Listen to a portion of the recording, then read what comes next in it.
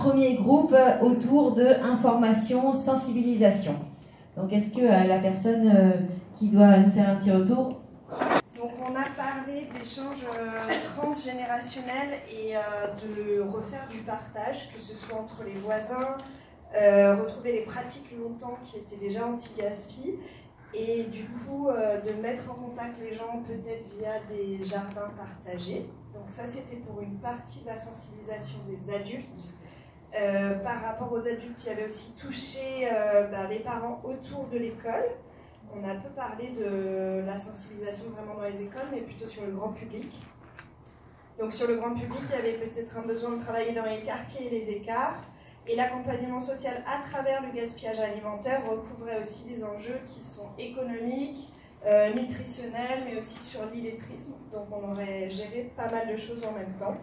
Et il y a un besoin sans doute sur la sensibilisation sur la consommation et la grande distribution.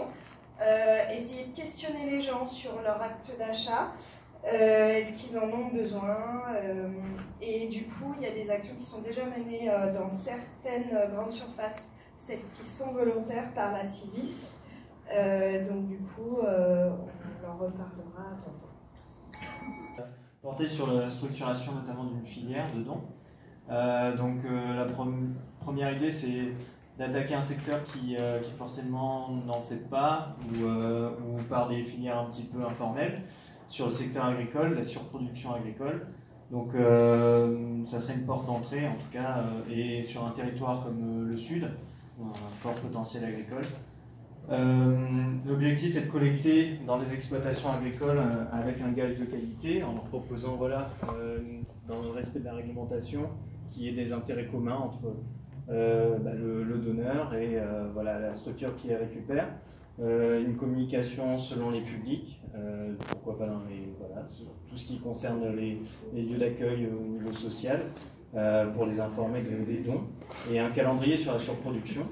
Il y a une banque alimentaire, la banque alimentaire qui existe déjà, qui a des projets notamment d'équipement et d'agro-transformation pour le stockage des surproductions.